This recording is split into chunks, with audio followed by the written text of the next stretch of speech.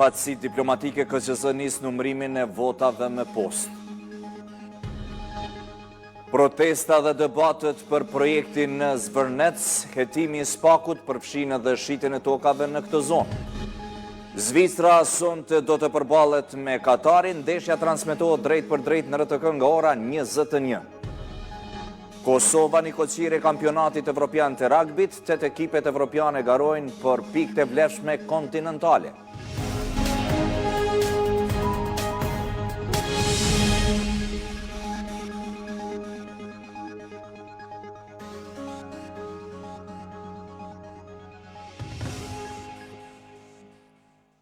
Të nderuar shikues, ju përshëndes. Do të jemi bashkë në këtë edicion qendror të lajmeve për t'ju sjellë zhvillimet të fundit nga vendi, rajoni dhe bota. Komisioni qendror i zgjedhjeve ka nisur numërimin e votave me postë, ndërkohë që numërimi i votave në përfaqësitë diplomatike ka përfunduar tashmë dhe vetëvendosje, ka siguruar fitore bindëse me 83.23% të votave. Në përgatitje është procesi për numërimin e votave me kusht dhe atyre të personave me nevoja të veçanta. Komisioni qendror i zgjedhjeve është duke vazhduar aktivitetet në qendrën e numërimit dhe rezultateve. Zëdhënësi i këtij institucioni, Valmir Elezi, tha se pas përfundimit të numërimit të votave nga përfaqësitë diplomatike, në proces të numërimit janë numërimi i fletvotimeve me postë. Nga 23 kutit postare të KQZ-s, të cilat janë hapur për këtë lloj votimi, janë tërhequr më shumë se 85.700 pako të supozuara me fletvotime, pjesa më e madhe të cilave janë vlerësuar nga ana e shërbimit votues dhe janë të gatshme për të numëruar. Janë aprovuar 59.973 prej tyre, ndërsa janë refuzuar 2.244. Ndërkohë, paralelisht me numërimin e votave me postë, po përgatitet edhe procesi për numërimin e votave me kusht dhe atyre të personave me nevoja të veçanta. Derisa të përfundojë numërimi i fletvotimeve që i takojnë votimit përmes postës, do të përgatitet procesi për fillimin e numërimit të votave, të cilat i takojnë pra votimit me kusht, dhe pastaj do të vazhdojmë me numërimin e fletvotimeve nga votimi i personave me nevoja të veçanta, i mundësuar përmes ekipeve mobile jashtë vendvotimeve. Në 52 vendvotime me kusht janë evidentuar 8.751 votues, ndërsa për votimin jashtë vendvotimeve përmes ekipeve mobile janë regjistruar 3.124 votues. Para nisjes së numërimit të këtyre kategorive të votave, KQZ-ja po realizon skanimin e listave të votuesve të përdorura në vendvotime të rregullta, me qëllim identifikimin e rasteve eventuale të votimit të dyfisht. Dërsa në qendrën komunale të numërimit në Prishtinë është përmbyllur procesi i verifikimit dhe i numërimit, ku janë procesuar 262 vendvotime. Ky moment shënon përfundimin e procesit në të gjitha komunat 38 sosh, i cili ka filluar një ditë pas ditës së zgjedhjeve. Shkojmë tani në Lucern, që u shndrua në një vend takimi qindra bizneseve shqiptare në panajirin organizuar nga rrjeti global i bizneseve shqiptare, Dega në Zvicër. Pos prezantimeve të produkteve të kompanive, pati edhe takime ndërmjet bizneseve, sesione, diskutimi. Drejtues të rrjetit theksuan se qëllimi këtyre aktiviteteve është fuqizimi dhe bashkimi bizneseve shqiptare për zhvillim ekonomik. Faton Salihu sjell hollësi. Mbi 200 biznese shqiptare, vizitor të shumë nga Kosova, Shqipëria, Maqedonia e Veriut e shtetet të ndryshme evropiane, por jo vetëm, u mblodhen në Lucern të Zvicrës në panajirin dhe takimit B2B të organizuar nga rrjeti i bizneseve shqiptare në Zvicrën qendrore, pjesë e rrjetit global të bizneseve shqiptare. Në këtë panajir pati prezantime të produkteve dhe kompanive nga sektor të ndryshëm, takime B2B e sesione diskutimi. Kryetari i rrjetit në Zvicrën qendrore, Visaro Robelli, theksoi se ky panajir do të shërbejë si urë dhe rritje të bashkëpunimit ndërmjet bizneseve nga të gjitha shtetet. Sot jemi mbledhur këtu jo vetëm për të shkëmbyer ide dhe përvoja, por sot për të forcuar urat bashkëpunime ekonomike, profesionale, shoqërore në mes bizneseve. Jam i bindur se kjo konferencë do të sjellë mundësi të reja bashkëpunimi, partneriteti, të suksesshëm, iniciativa dhe ideja të reja. Kryetari i rrjetit global të bizneseve shqiptare, Omer Nura, theksoi se qëllimi i rrjetit është fuqizimi dhe bashkimi i kapitalit të bizneseve shqiptare. E shembull për këtë janë afaresët nga Zvicra. Këta veç e kanë tregu se si kanë pas suksese në aktivitetin e tyre dhe kjo duhet në kohë si shembull për ne të gjithëve nga filonta në Australi, në Amerikë atje, që të bashkojmë forcat, të bëhemi të fortë, sepse vetëm të bashkuar ne arrijmë atë që duam për vendet tona. Të sjellim mundësi nga produsit tonë që duhet t'i falenderoj që po na përcjellin bashku në çdo aktivitetet tona, sepse na jemi këtu për juve, që ju të bashkoheni. Gjithë këtë energji që kemi ne e mojmë për shkak të juve që ju të bashkoheni. Bashkarisht jemi më të fortë. Në panair ishte edhe ministre në detyrë e industrisë Mimoza Kusare Lila, e cila tha se rrjeti përfaqëson një ndër nismat më të rëndësishme për lidhjen e potencialit ekonomik të diasporës me vendlindje. Diaspora shqiptare ka qenë gjithmonë një nga shtyllat më të forta të zhvillimit ekonomik dhe shoqëror të Kosovës. Sot kontributi i saj nuk matet vetëm me remitancat, por edhe me investimet, transferin e njohurisë, teknologjisë, përvojave menaxheriale dhe qasjes në tregjet ndërkombëtare. Kosova sot ofron mundësi të reja për investime dhe partneritete strategjike. Përmes reformave të ndërmarra, përmirësimit të klimës së biznesit, zhvillimit të zonave industriale në Republikën tonë dhe politikave mbështetëse për ndërmarrësit, po krijohen kushte gjithnjë e më të favorshme për investitorët vendor dhe ata nga diaspora. Në këtë panair ishin edhe ambasadorët e Kosovës, Shqipërisë dhe Maqedonisë së Veriut në Zvicër, përfaqësues të Caritasit Zviceran dhe të disa komunave të Kosovës, ku prezantuan potencialin e tyre për investime.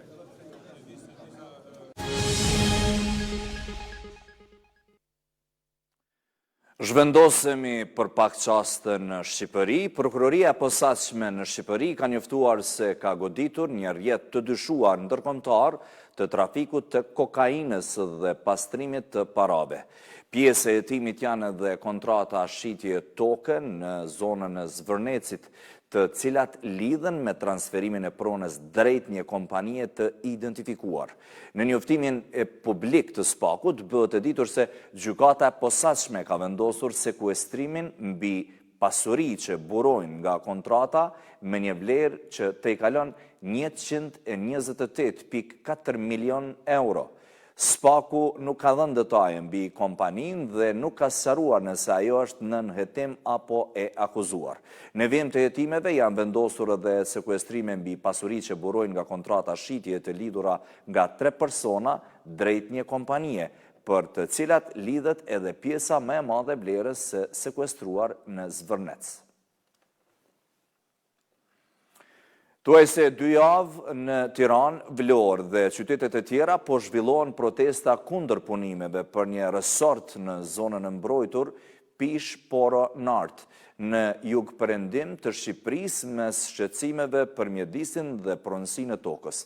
Protestat kundër resortit luksoz në Zvërnec dhe Sazan janë shndruar në një lëvizje të gjerë qytetare dhe mjedisore, duke kundërshtuar me ngulm projektin turistik miliarda dollarësh. Çështja ka tërhequr vëmendjen e Bashkimit Evropian, i cili paralajmëron se zhvillimet në zonat e mbrojtura mund të kenë pasoja jo vetëm për mjedisin, por edhe për rrugën e Shqipërisë drejt antarësimit në BE. Banorët e zonës së Rjollit protestuan sërish kundër ndërtimit të një rezorti turistik në Bregdetin Verior të Shqipërisë. Dhjetra protestues marshuan drejt kantierit të punimeve, ku situata u tensionua pas përballjeve me forcat e policisë. Disa prej tyre rrëzuan rrethojat metalike të vendosura rreth zonës së ndërtimit dhe hynë në ambientet e kantierit. Protestuesit me ngulm kërkojnë ndalimin e projektit duke konsideruar atë të palitshëm. Rezorti parashikohet të ndërtohet në një sipërfaqe prej 147.2 hektarësh dhe prej vitesh ka hasur kundërshtimin e një pjese të banorëve vendas. Ata pretendojnë se pronat e tyre janë tjetërsuar përmes dokumenteve të falsifikuara dhe më pas janë transferuar te kompania që po zhvillon investimin. Për këtë, tashmë është dorëzuar një kërkesë zyrtare në prokurori për të kërkuar verifikimin e dokumentacionit të pronësisë dhe një zgjidhje të shpejtë ligjore për mosmarrveshjen. Kompania Gjener 2 nga ana e saj ka deklaruar se projekti po zbatohet në përputhje të plot me legjislacionin shqiptar dhe se të gjitha procedurat ligjore janë respektuar. Ndërkohë kundërshtimi ndaj projekteve turistike në Bregdet po shfaqet edhe në shkallë kombëtare. Në Tiranë, protestat kundër një rezorti luksos të lidhur me Jared Kushner, dhëndrin e presidentit amerikan Donald Trump, kanë hyrë në javën e dytë. Projekti, me një investim të parashikuar prej rreth 3.4 miliardë eurosh, synon zhvillimin e strukturave turistike në zonën e mbrojtur të Vjosa-Nartës, pranë Zvërnecit, si dhe në ishullin e Sazanit në detin Adriatik. Mbështetësit e projektit argumentojnë se investimi do të sjellë zhvillim ekonomik dhe vende të reja pune. Megjithatë, organizatat mjedisore paralajmërojnë se ndërtimi mund të ketë pasoja afatgjata për ekosistemet e mbrojtura të zonës.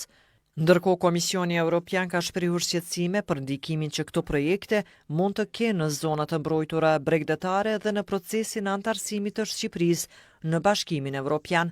Për Bashkimin Evropian, mbrojtja e biodiverzitetit dhe respektimi i standardeve mjedisore mbeten pjesë rëndësishme e kapitullit të negociatave për mjedisin dhe ndryshimet klimatike.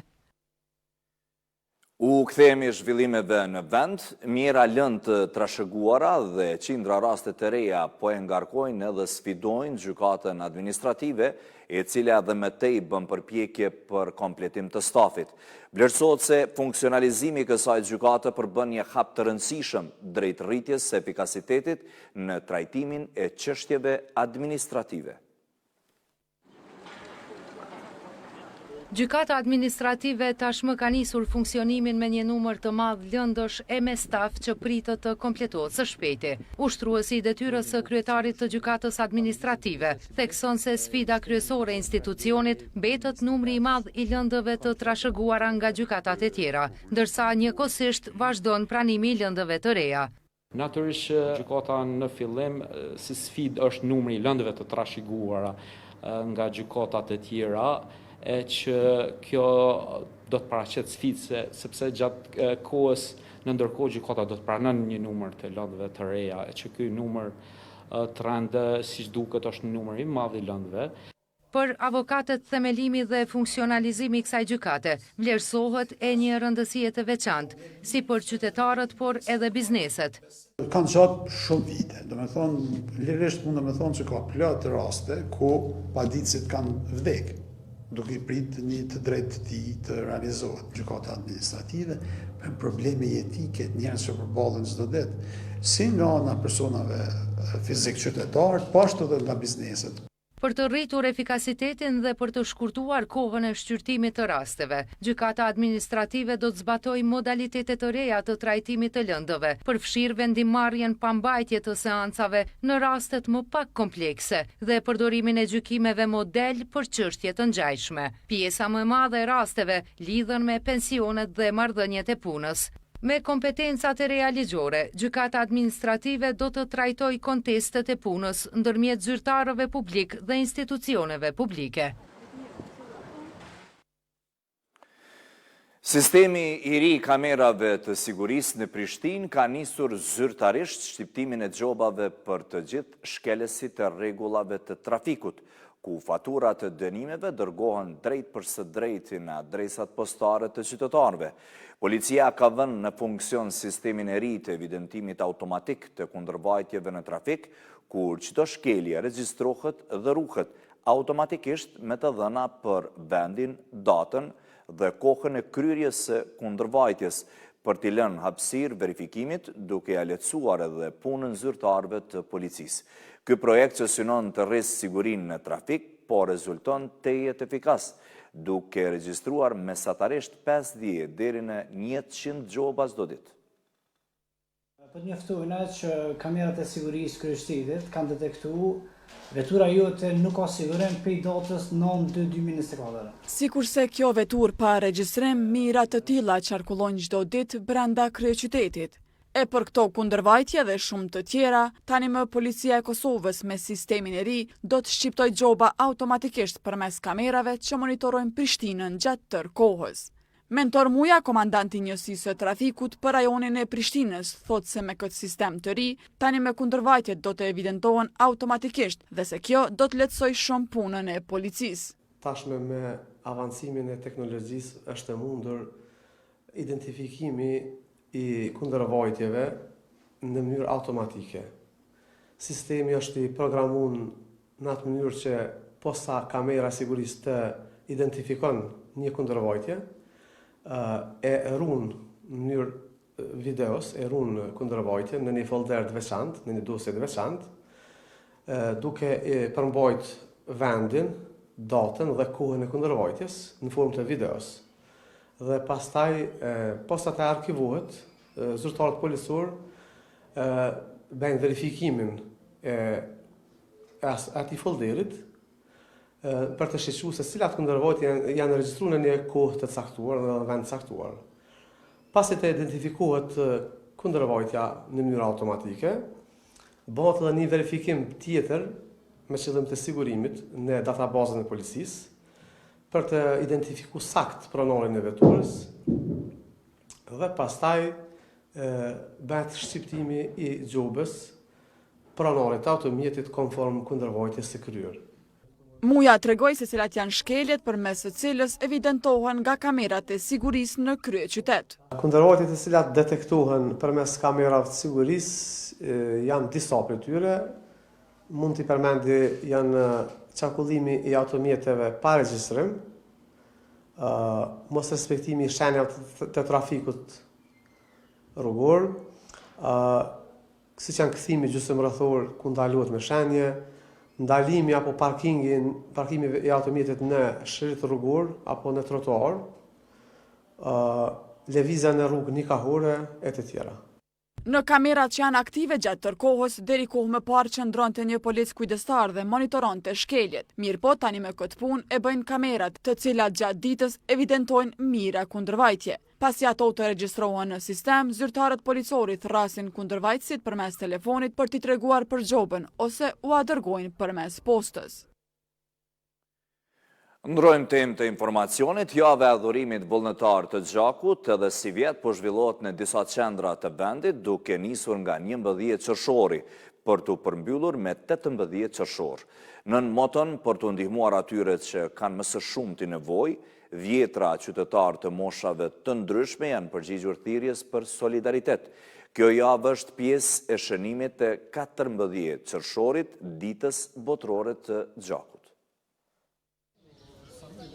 Dhurimin e Gjakut po e vlerësojnë të rëndësishëm e jetik për ata që ka nevojë. Andaj edhe nuk po hezitojnë ta bëjnë këtë. Madje një qytetar thotë se përveç për t'u dalë në ndihmë atyre që kanë nevojë për gjak, këtë po e bën edhe në shënim të ditës së çlirimit të Kosovës. Arsyeja është për shpëtimin e jetës së njerëzve dhe të jemi të gatshëm çdo kohë kur kemi mundësi. Edhe simbolika e dytë është për shkak ditës së çlirimit të Kosovës. Kishte prej atyre që dhurimin e Gjakut e bëjnë shpesh, në mënyrë që të kontribuojnë sa më shumë për ata që ka nevojë. Normal kjo është shumë e rëndësishme sepse një dhurim gjak e shpëton jetë. Unë kam praktik këtë spoko 2-3 herë në vit, sidomos këtë kohën kur është këtu në shesh, vazhdimisht e bëj. Ky aksion do të zhvillohet edhe në qytete të tjera, jo vetëm në Prishtinë, derisa u theksua se kjo javë shërben si një mundësi për të arritur ndërgjegjësimin mbi rëndësinë etike të dhurimit të Gjakut. Përveç që është shumë i rëndësishëm, domethënë ata që përfitojnë ndaj dhurimit të Gjakut për të shpëtuar jeta, rëndësi të madhe ka për shkak se edhe personat të cilët dhurojnë gjak janë persona të shëndetshëm, janë persona tek të cilët janë edhe beneficionet për shëndetin e tyre. Ky aksion që po zhvillohet nga 11 deri me 18 qershor po bëhet në shënim të 14 qershorit, ditës botërore të dhuruesit të Gjakut.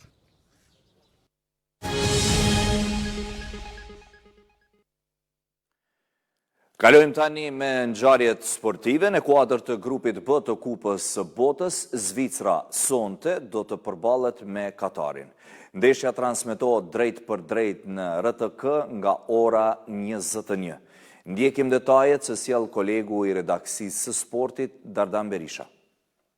Besim dhe mëtej në sport, Kosova si vjetë është një koqire e kampionatit evropian të ragbit. 8 ekipe kombëtare nga kontinenti evropian kanë zbritur në Istog. Sot u përballen me Gibraltarin dhe San Marino, Malizi dhe Bosnia, Estonia me Greqin dhe Kosova pësoj humbje kundër Slovakis. Ekipet këtë fundjavë garojnë për pikë të vlefshme kontinentale. Në stadiumin Demush Mavraj në Istok ka nisur kampionati evropian i ragbit, Rugby Europe 7 Conference 2, një ngjarje ndërkombëtare që po mbledh përfaqësues nga vendet e ndryshme të Evropës. Turneu do të zhvillohet gjatë 2 ditëve, me 13 dhe 14 qershor, dhe është pjesë e sistemit garues të Rugby Europe, ku ekipet luftojnë për avancim në nivelet më të larta të konkurimit.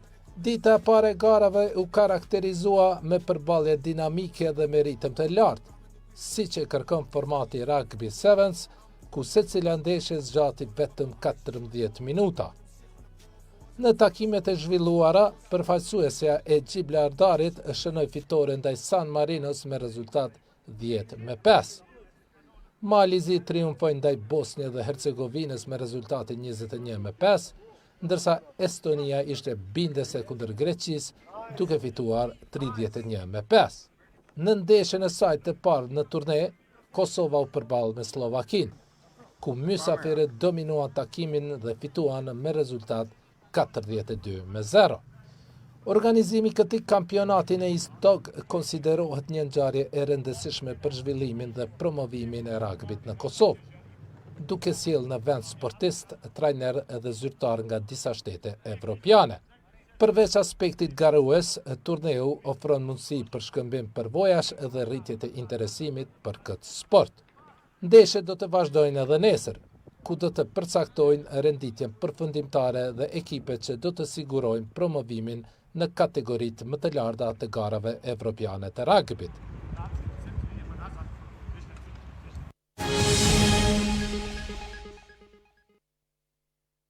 Votimi i zgjatjes së mandatit gjerman në misionin e KFOR-it ka nxitur thirrje të qarta për përgjegjësi politike si në Berlin ashtu edhe në Bundestag.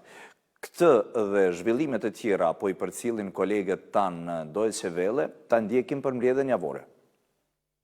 Disa deputet të Bundestagut i kanë bërë thirrje këtë javë elitës politike në Kosovë që sa më shpejt të krijojë një qeveri të re dhe të zgjedhë presidentin. Një nga mesazhet më të drejtë për drejta erdhi në rrjetet sociale nga Peter Bayer, deputeti i Bundestagut nga Unioni Kristian Demokrat. Ai tha se votuesit e kishin bërë tani punën e tyre duke marrë pjesë në zgjedhje. Tani, sipas tij, përgjegjësinë duhet ta marrin politikanët, partitë, qeveria dhe opozita. Partitë duhet që të bashkëpunojnë dhe të koordinojnë më mirë që Kosova të bëhet plotësisht funksionale, sidomos në zgjidhjen e kryetarit të kuvendit dhe të presidentit të shtetit, tha Bayer, i cili është edhe raportuesi kryesor në Bundestagun gjerman për Ballkanin Perëndimor dhe për Kosovën. Thirrjet e ngjashme erdhën dhe nga deputet të tjerë në Bundestag, por jo nëpërmjet rrjeteve sociale, por në seancën plenare për zgjatjen e mandatit të Bundesverit në misionin ndërkombëtar të sigurisë në Kosovë. Gjatë debatit përfundimtar 30 minutësh të pranishëm ishin edhe ministri i jashtëm i Gjermanisë Johan David Vadeful,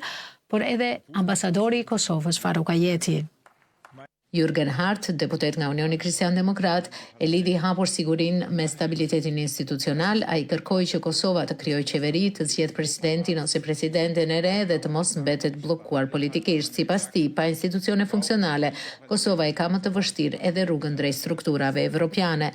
Për raportet me Serbinë, Hart foli për një zgjidhje diplomatike dhe paqësore, ndoshta edhe për një marrëveshje të re. Boris Mijatović nga Të Gjelbrit e vendosi theksin te rreziku që sipas tij vjen sidomos nga jashtë, nga fqinji verior Serbia.